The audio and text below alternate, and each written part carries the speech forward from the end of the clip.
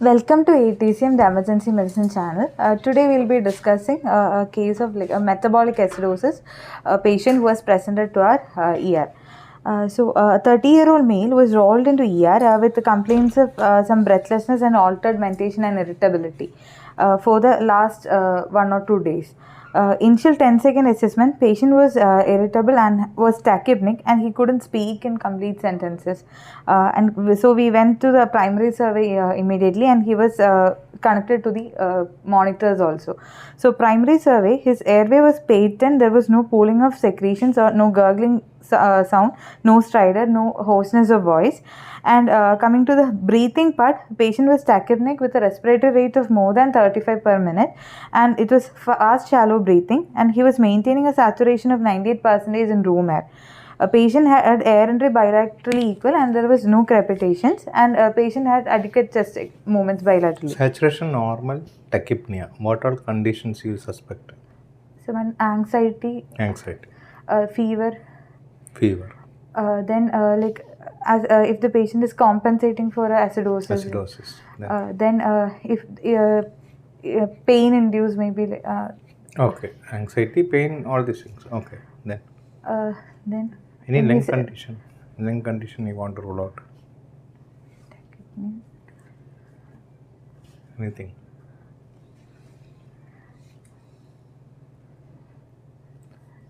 What is the clinical picture you get in acute pulmonary embolism? Acute, not subacute. Means very acute. Half an hour back, patient developed. There can be like tachypnea, tachycardia. Tachycardia is the earliest sign.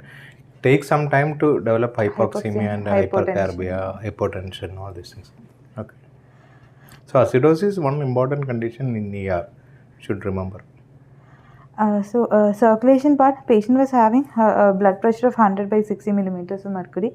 His pulse rate was 134 beats per minute. It was a regular sinus tachycardia was shown in the monitor, and patient's peripheral pulses were palpable. Patient's GCS, coming to disability, his GCS was E3V to M5. His pupils were 2 millimeter bilaterally reacting to light, and GRBS was 440 milligram. E3V to M5. He was eye opening to call, and was making some noise only. He was not actually vocalizing anything. And M5 means like on pain, he was localizing the pain, not obeying commands or anything. His pupils were 2 millimeter bilaterally equally reacting to light, and his GRBS was 440 milligram per deciliter. Coming to exposure part, his temperature was 96.7 degree Fahrenheit, and there was a peculiar smell was there. It was not a kerosene or something, but a peculiar smell was there. Okay. Coming to after the primary survey, so we had secured 2 large bore IV cannulas at this point, and we went with some adjuncts. Adjunct, in the primary survey, we have like a tachycardia is there, tachypnea is there, and his sugars are also on the higher side. So we went for a blood gas analysis. Since his saturation was maintaining, we went for a venous blood gas. So the venous blood gas was showing pH of 7.054 with a bicarbonate of 3.4, PCO2 of 12.9, and lactate of 0.6. So it is it was a high anion gap metabolic acidosis. So first of all, it's an acidosis. Then and you think whether it is high anion, normal anion gap acidosis. It is a acidosis, and the expected PCO2 was 13 plus or minus 2. We got a 12.9. So it is he was compensating for that. Okay. And moreover, you are taking a venous sample, so compensation CO2 will not be so correct in a venous sample comparing to arterial sample. That also you should keep in mind. And his the anion gap we had calculated from the VBG. It had come to be 21.6. So it's high. High anion gap, sir. Okay. And also the other things we have checked for is whether any other acidosis is Delta. also associated. So we have checked for delta anion gap by delta bicarb, and it was having a high anion gap plus a normal anion gap, because the ratio was coming to be like 0.5. Okay. So if it is like 0.4 to 0.8, there is a normal anion gap metabolic acidosis. Associated normal anion gap Metabolic acidosis, acidosis. along with Hagma. Hagma. And 0.6. Electrolytes, sodium in the VBG, sodium was 128, potassium was 4.2, chloride was 103. Corrected sodium was coming to be like around 132, like that, sir. Creatinine normal. Creatinine was 1.8. Okay. After that we had taken ECG also in view of the tachycardia. So it was showing a sinus tachycardia with no STT changes or nothing specific.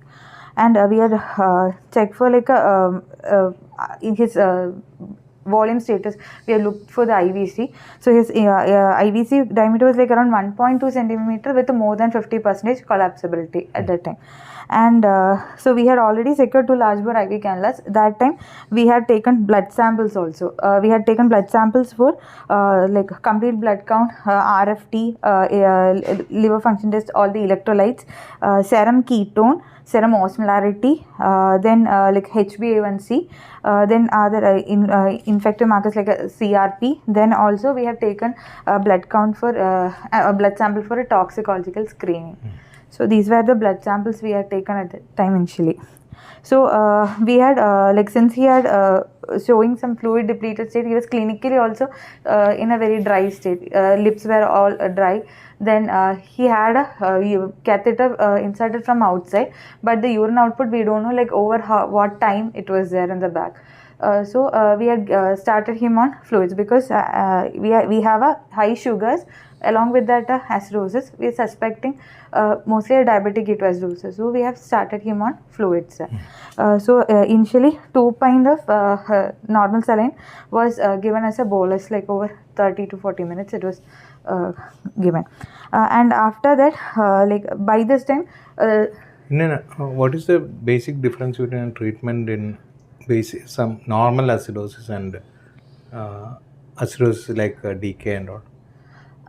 DK it is basically due to insulin insulinopenia deficiency, like the active insulin available is low. So we have to there are like mainly some issue is like the patient will be dehydrated, so we have to correct that. Then if the electrolytes are all normal, we can provide like insulin, so that the body will use up the insulin, will help in using up the that glucose. I understood. What is the basic difference between DK from other acidosis? The DK, the pH will be low, but the patient in terms of water, body water. Dehydration will be in a dehydrated state. All will be, even lactic acidosis will be mostly dehydrated state. What is the basic difference in water, in terms of water? DK, the amount of volume loss is very large. Deficit will be Deficit 5 to 10 is very liter. large. Other one, whereas in lactic acid there can be deficit, but it is mainly intravascular deficit. Okay, but the DK, intravascular, extravascular, it may be around 5 to 6 liters. If it is HHS, it will be more than that. So that much water intake is required. Okay, normal DK. So like sometimes patient can have cardiac failure and DK. In that both elements will be there. There will be volume loss, but cardiac failure is there. But when you are doing ultrasound, sometimes it will be very difficult to get proper picture. Okay. With this thing, we reassess the primary survey. So the patient, like sensorium was the same. The tachycardia had come down to like around 120 beats per minute, and his blood pressure was maintaining like around 90 to 100. The systolic BP was like around 90 to 100 at that time, and the other parameters like the tachypnea and all was coming down a little, because the rate of tachypnea was coming down. we went for a sample history also at this time. The history was like the patient is a 30-year-old male with history of some query liver disease, probably a cirrhosis and diabetes as per the bystanders. But he was not on any medications for this. He is like he used to take alcohol for more than 5 years, and that too as occasional periods of intake. Like he's not like taking alcohol every day. He'll have binging episodes in between. So for the last 10 to 12 days, the patient had binge alcohol intake and associated with reduced food and fluid intake. And his last drink was like around 3 to 4 days back. 4 days back, the patient complained of like increased fatigueness along with vomiting, headache, and some other nausea-like symptoms. So he was taken to a peripheral hospital where patient was found to have elevated blood sugars and was given some symptomatic treatment from there and was discharged, but the details were not available. And the patient, but after coming home, developed some tachypnea, breathlessness, and again vomiting, nausea, all these episodes, and he was readmitted to another hospital. There also the treatment summary we didn't have, and so we are not aware of what treatment they have given. But over the last 2 days, patient became so irritable, restless, and he also started to have some altered mentation. This is the history we got from the bystanders.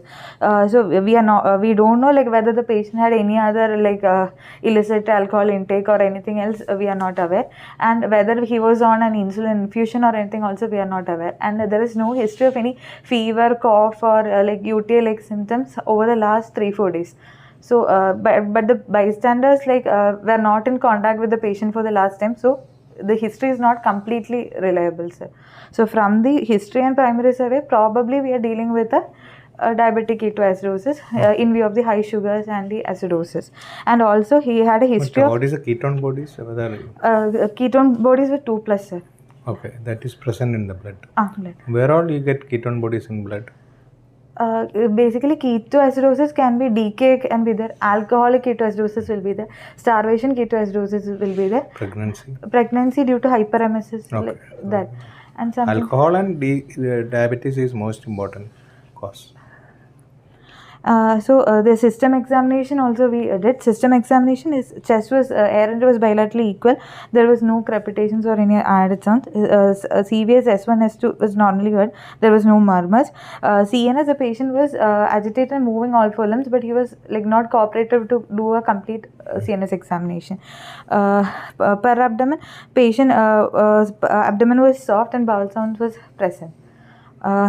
After the primary survey and secondary survey, we again reassessed the patient. So it was like we had put him on fluids, and we took a repeat VBG, sir.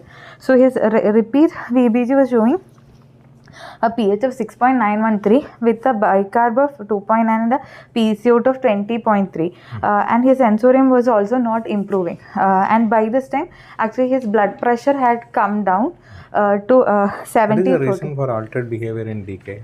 The cells will be shrunken because of hypoperfusion and change in the osmolarity of cells, both can.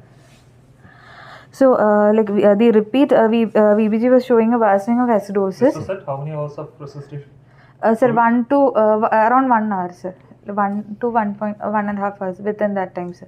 And his sensorium, we reassessed, it was also not improving, and actually his tachypnea was coming down. So we thought probably he is going into respiratory failure arrest because of the excessive fatigueness.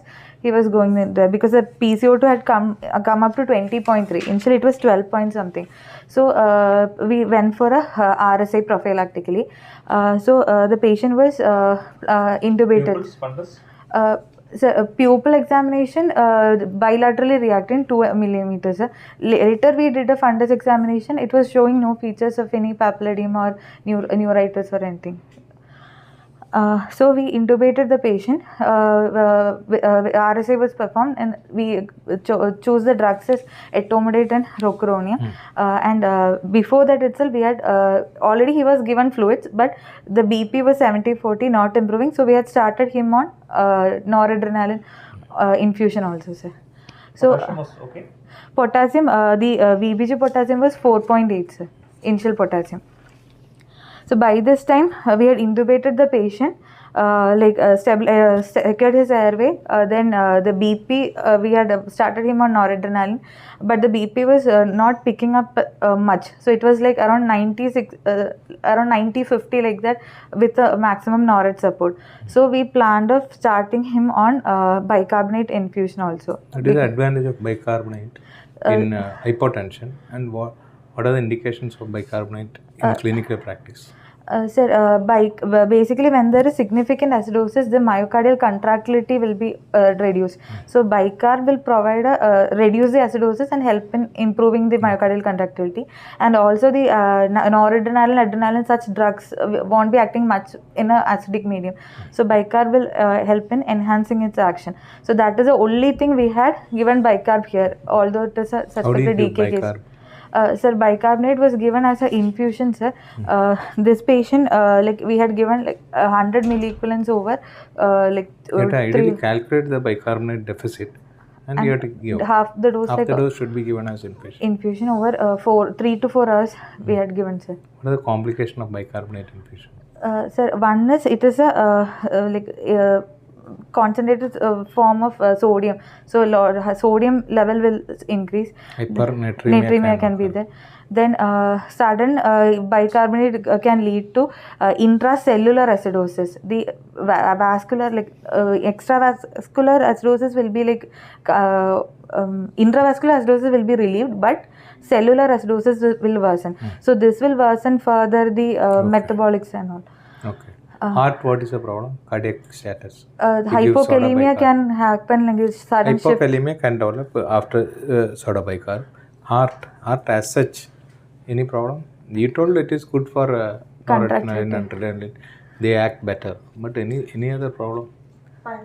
Pulmonary edema can worsen if there is a cardiac failure. Normal heart, it may not have any much effect. But somebody is saying a failing heart, if you are increasing sodium, it can slowly produce water retention. This is not an acute problem, but they can develop. Hyperkalemia is the most acute problem that you should anyway look after. Okay. And another thing is, like when we are suddenly giving bicarb and we feel like the patient is not ventilated and is on a respiratory fatigue, further worsening of PCO2 retention and all can happen if he is not having adequate respiratory. So what are the conditions you use bicarb in clinical practice? Sir, One is you told acidosis. the important indication is in hyperkalemic cardiac arrest. First thing. Then in metabolic acidosis, usually in metabolic acidosis we can give it if the pH is like less than 7.1. Various books says various physicians treat depending on their own this one. There is no guidelines to when to start, what to start, but it does not improve the problem. It only gives a transient time, bridging therapy. That's all. Any other indications other than what indication? What is it? How do you? What are things you can do? Salicylate poisoning, methanol poisoning. All these acidosis, toxins causing acidosis, if the patient, that also if the patient is having symptoms like refractory shock or visual disturbances, or if we are planning for dialysis. Okay. Any role in post-alkaline diuresis? Any role in chronic renal failure patients?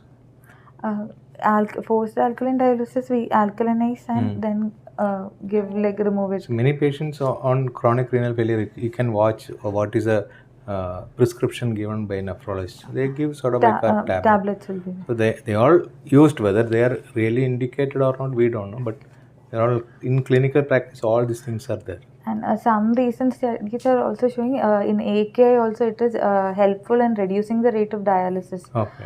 AKI giving of soda bicarb. It may not reduce the dialysis. This one, it may reduce the acute need of dialysis. Dialysis can be done. It can be replaced only with another dialysis, but the acute need can be bridged. Okay. So he was like intubated, started on NORAD, bicarb was started, and his How much bicarb? How do you calculate? Sir, this patient's bicarb, the repeat bicarb was like 2.9. So from the deficit will be for 2.9 and around like deficit will be coming around like 200 milliequivalents. So like we had started him on 100 milliequivalents, and over no, this was given over 4 hours, sir. And basically you correct the 50% fast and then remaining over 6 hours. That will be the usual protocol. And though traditionally we say that bicarb we don't use much in DKA, in these kind of scenarios where the patient is in near arrest kind of scenario where the patient is already being intubated and with a pH of 6.9 with absolute bicarb of 3, definitely yes. Then we had also started him on insulin infusion after starting on fluids. So the potassium in the VBG at that time was like 3.5. So we had started him on a KCL like potassium infusion along with the insulin infusion. So what is the urgency to start insulin infusion? You are giving soda bicarb. Okay, whatever reason you are giving soda bicarb infusion, that is going to reduce potassium again. You should correct potassium or maintain some level. Then only you should ideally start insulin. Insulin is not an emergency in DK. It is the last one to correct because you have to correct life-saving problems first. Like you are correcting the acidosis, you are correcting the hyperkalemia. Then only sugar will come. Sugar can correct afterwards also. But once you give fluids, soda bicarb, the acidosis will come down. Then due to dilution itself, that when you are giving fluid dilution itself, sugar is going to come down. So never try to start insulin along with potassium. That is not a good strategy. Okay. After by this time we had got the lab reports. So the lab reports, like the patient was having a total count of like 11,000 and with 11,000 with a neutrophil of 91%, hemoglobin of 8.8 with a hematocrit of 25. The MCV MCH was like 25 and 86 microcytic hypochromic picture, and his platelet was 70,000 and he had a CRP of 122 and a procalcitonin of 7. The other parameters were like his our renal function test was urea of 107 and a creat of 1.97 with a bun creat ratio of like around 25. Baseline creat was not available, right? No. You don't know about the previous one. No. The liver function test, his bilirubin was 0.4, SGOT PT was like 34 and 31.4, albumin was also 3.7. There was no AG reversal or anything. His other like electrolytes were sodium of 131, potassium of 5 and calcium of 9.15, magnesium 2.3 and phosphorus of 2.5. So no significant dyselectrolemia was there. And his ketones was 2+, and he had HbA1c of 13.3. Serum ketones. Serum ketones was 2+. Urine ketones was also plus. And his GGT was checked, which was come to be like 75. So acute alcoholism is also there. Then GGT is only 75. Okay. Slightly elevated. Then we had sent for the tox screen. So his blood ethanol was positive. It was like around 17.6 only. It is less than the lower limit for mild intoxication. And his urine sample was positive for methanol. Okay. So this was the like basic labs we sent. The patient's amylase lipase was slightly elevated 400, amylase was 135. Can be attributed to DK also. DK. We had done a bedside ultrasound, a bedside echo. Ultrasound was showing no significant anomalies, sir. CMD was maintained. Liver also, some fatty liver changes were only there, no features of cirrhosis or anything. Pancreas also, there was no features of any pancreatitis. And bedside echo was showing a good LV function with a mild diastolic dysfunction. Okay. What is the problem of diastolic dysfunction? Is it a problem? Is it not a problem? Diastolic. Many diabetic patients will have diastolic dysfunction. Are you worried?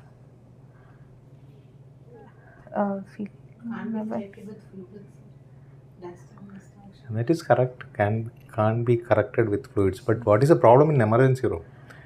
You are giving lot of fluids to a patient who is having diastolic dysfunction. We won't be seeing it in the fluid will go to your intravascular compartment. IVC will be full. It will be taken to the lungs.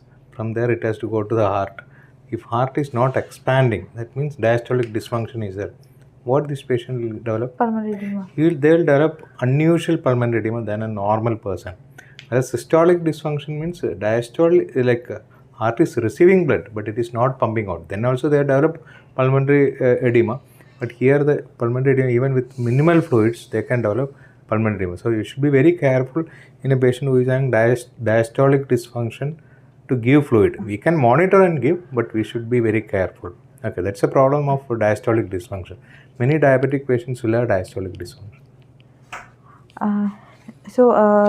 With this, the patient, like what the plan we had was, since he had a methanol positive in urine, and also he had a worsening, the acidosis was status quo, we had initiated him on dialysis. Okay. So after dialysis, his pH got normalized, the acidosis was improved, and also the anion gap, everything came to be like it was closing, it was coming to be normal, but the ketones were like still positive. And by the time we had also put him on an insulin infusion, and till the ketones became negative. How do you continue insulin infusion? How do you start? How do you continue? Insulin infusion, like after, first thing is we have to correct the fluid deficit. Okay. If the potassium is normal, we can start him on infusion. So usually we follow is that if it is round to the nearest whole number and start it as an infusion. Then we initially we have to monitor HGR, the capillary glucose every hourly, and the target is to reduce it like around 50 each hour, like that. And we follow a Delta protocol here, the Yale University protocol, and we have to also look for the electrolytes like sodium and potassium, and also the venous blood gas frequently. So if the sugar is coming down and coming to a point like around 250, we have to start the patient on a dextrose containing fluid. And if the sodium is increasing, and why we are starting dextrose containing fluid? Thing is, our target is to the till what point we have to give infusion is till the acidosis is improving, till the anion gap is closing, and the bicarb is improving, like that. So it is not like coming the reducing the sugar level, but to improve the acidosis we are giving. We are starting dextrose infusion. That is very important. Otherwise, the patient sugar will, and the sugar, it requires some substrate for in adult it is different, child it is different. Both are different. Reasons are different. But ultimately, what you told is 250 is the cutoff. Adult it is, we are avoiding hypoglycemia. Child? The substrate glucose should be given. Cerebral edema. Okay. Adult cerebral edema, rapid shift of from hyperglycemia to hypoglycemia may not produce brain edema, but whereas in child it can produce. That's why both reasons are different, but guidelines are same. Treatment guidelines are same. Then one thing is, like, if the patient is developing hypernatremia, we have to go for like half NS or something. Hypernatremia is due to what? Like we are giving a lot of fluids and sodium loading will be there. Then soda bicarb, if we are giving, everything can lead to hypernatremia. When you are treating a DK, how can they develop hyperglycemia? You are telling correct, but you are not telling the reason. Hypernatremia. Hypernatremia. What you told is correct. Slowly you see hypernatremia. From hypernatremia it will go to hypernatremia. It is not because of your fluid. One thing is this, the hypernatremia we are seeing is a pseudo-hypernatremia. That's the thing. And what you are seeing first is a pseudo-hypernatremia because high blood sugar. When you correct the blood sugar, sodium will become slightly normal. Not because of your fluid. Because of your fluid, something else can happen to the patient.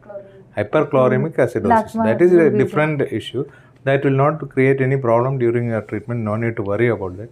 But hypernatremia, if you are seeing, that is because your sugars are coming down. Okay. Normally they don't go to hypernatremia. If you are seeing hypernatremia in any DK, what is your diagnosis? Dehydration. It is severe dehydration due to HHS. Okay. Can the patient can have both HHS with the DK? In same patient, both can. Both are possible. Both are same, different spectrum of same disease. One is patient developing only dehydration with insulinopenia. Other one insulinopenia, dehydration with acidosis. Okay, same patient you can get both. Okay. Then that should be looked into. Then once we are like getting that target, we are like the acidosis is improved, sugars are controlled, acidosis is improved, bicarb has come to be like more than 15 and all, we can stop the infusion, but we shouldn't suddenly stop it. We have to there should be a bridging time between a subcutaneous dose and this IV dose, because the IV is short acting, so we have to give a subcutaneous dose and prolong the IV infusion and then only stop it. So the subcutaneous dose can be like maybe a 1/3 of the 24-hour requirement. What is the type of insulin you require for infusion? Rapid acting insulin is. Can you give analog insulin? Infusions. Can you use or can you not? It will take Analog insulin, rapid acting analog insulin. Patient is having, this is a common scenario, patient is having an analog insulin which is rapid acting. That is there with the patient. Will you start that, or you again start with the traditional short acting insulin? It is found that there is no difference in the action, but suppose the patient want to start, or physician want to start analog insulin which is rapid acting, you can continue it, there is no problem, but it has to be rapid acting, not a long acting. So whether it is analog insulin, short acting insulin, the actions in acute phase is almost same. Only thing, the regular insulin you may have to give more dose than an analog insulin because of antigenicity. Long term you are taking this insulin, antibodies might have formed, so you may require a little more dose, whereas analog insulin little less dose because there is no destruction of the insulin. Okay. So in this patient, other things we had to manage was like he had infective markers were elevated procal, so we had looked for the any source of sepsis, but no obvious It's a female patient. Male Patient. The cultures had all come to be negative. Urine culture, blood cultures were negative, but he was like started on a broad spectrum antibiotic in view of the elevated procalcitonin and the. What do you do for this abnormal alcohol, toxic alcohol in this body? This patient was dialyzed, sir. Okay, dialysis is the best treatment. If possible, dialysis is the earliest and best treatment for all these things. Okay, what happened to his vision? Once the patient was like weaned off and completely well, his vision was checked. He had no visual abnormalities. So during acute phase, can we check the vision? Patient is unconscious. We checked for the pupils were reacting. The fundus was normal, sir. So okay. Like, I think more you can ask from ophthalmology side whether the nerves are normal. What is visual evoked potential? We don't routinely do it, but if you want to know whether that nerves are completely cut off or any partial damage, we can try for that, but I don't know whether it can be done in ICU patients or not. And that is one of the investigations. Then the other thing was, so infection was managed. His AK had improved with hydration and everything. The other illicit alcohol history, it was not causing any visual impairment. And the patient, other thing issue was to be addressed was once he was weaned off like ventilation, everything, the patient developed some withdrawal like features. The patient was irritable, and so he was given like sedation with dexmedetomidine. Do you want to do an MRI scan for this patient due to any reason? Then what is the reason?